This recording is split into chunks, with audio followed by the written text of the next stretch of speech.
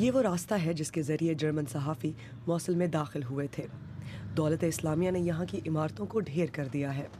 ماضی میں یہ بین الاقوامی سطح پر عراق اور شام کے درمیان سرحد مانی جاتی تھی، مگر اب دولت اسلامیہ دونوں اطراف اپنی اجارہ داری قائم کر رہی ہے۔ عراق کا دوسرا بڑا شہر موصل اب دولت اسلامیہ کا گڑھ بن چکا ہے، اور جب سے انہوں نے اس شہر پر اپنا غلبہ قائم کیا ہے، کسی مغربی فرد نے یہاں کا رخ نہیں کیا۔ امریکی فضائی حملوں کے پیش نظر آپ اس شہر میں دولت اسلامیہ کے جنگجوؤں کو ظالمانہ بیوروکریسی میں مصروف پائیں گے۔ دولت اسلامیہ کی دہشت کی وجہ سے عیسائی اور شیعہ مسلک کے لوگ یہاں سے ہجرت کر گئے ہیں۔ جرمن صحافی نے خواتین کو سر سے پاؤں تک پردے میں ڈھکا پایا، حتیٰ کہ انہوں نے مردوں کے لیے بھی نماز پڑھنے کے اصول واضح کیے ہیں۔ اب جب وہ بحفاظت اپنے گھر واپس لوٹے ہیں تو انہوں نے مجھے اپنے ہولناک تجربے کے بارے میں بتایا۔ I thought I would meet a brutal terrorist group and I'm a brutal country. میں سوچ رہا تھا کہ میں ظالم انتہا پسندوں سے ملوں گا، اور ایسے ہی ہوا۔ میں بہت مضبوط اور خطرناک ملک کے انتہا پسندوں سے ملا۔ انہوں نے بتایا کہ موصل میں کوئی بھی جرم کرنے پر اب پولیس سزا نہیں دیتی۔ دولت اسلامیہ کا خوف ہی کافی ہے۔ مقامی پولیس کا دعویٰ ہے کہ موصل اب بہت پرامن مقام بن چکا ہے۔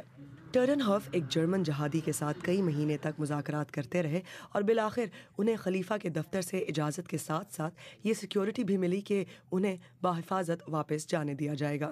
I had the impression میرے خیال میں وہ دکھانا چاہتے تھے کہ دولت اسلامیہ کس کامیابی کے ساتھ کام کر رہی ہے۔ انہوں نے دیکھا کہ کس طرح سے وہ اپنا پروپیگینڈا چلا رہے ہیں۔ these are new یہ brochures. ان کے نئے بروشرز ہیں جس میں وہ بتا رہے ہیں کہ وہ غلاموں کے ساتھ کیا سلوک کرتے ہیں، عورتوں کے ساتھ کیا سلوک ہونا چاہیے، اور نماز پڑھنے کا طریقہ کیا ہے۔ انہوں نے یہ بھی واضح کیا کہ خواتین کو کس طرح پردہ کرنا چاہیے۔ وہ بچے جن کی عمر اسکول جانے کی ہے، انہیں خلافت کے نام پر ہتھیار تھما دیے گئے ہیں۔ جرمن صحافی کو زیادہ پریشانی جہادی کے عزم سے ہوئی، نہ کہ جو انہوں نے دیکھا۔ نوعمر جہادی دوسرے مذاہب کے لوگوں کو ختم کرنے کے لیے پرعزم تھے۔ Sometimes some fighters بعض اوقات بعض جنگجو کافی جارحانہ تھے۔ میرے ساتھ جو ان کا ساتھی جرمن جہادی تھا، اسے دیکھ کر وہ کہتے تھے تم ایک اچھے انسان ہو، اور مجھے وہ کہتے تھے ہم تمہیں جان سے مار دیں گے۔